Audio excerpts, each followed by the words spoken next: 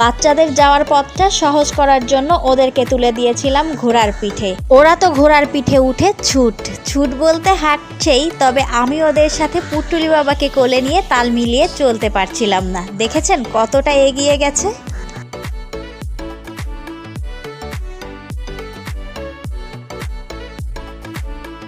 এই পাখি কোথায় এসেছে? তাকাও আমার দিকে, আম্মুর দিকে তাকাও। এই বাবু, ধলাই পেরিয়েই পৌঁছে যাব সাদা পাথরের স্বর্গরাজ্য। তপ্ত রোদে পোড়া বালুপথ শেষে চোখে পড়বে পাথর রাজ্য। পাথর বিছানো বিছানার উপর দিয়ে ধেয়ে যাচ্ছে ঝর্ণার পানি।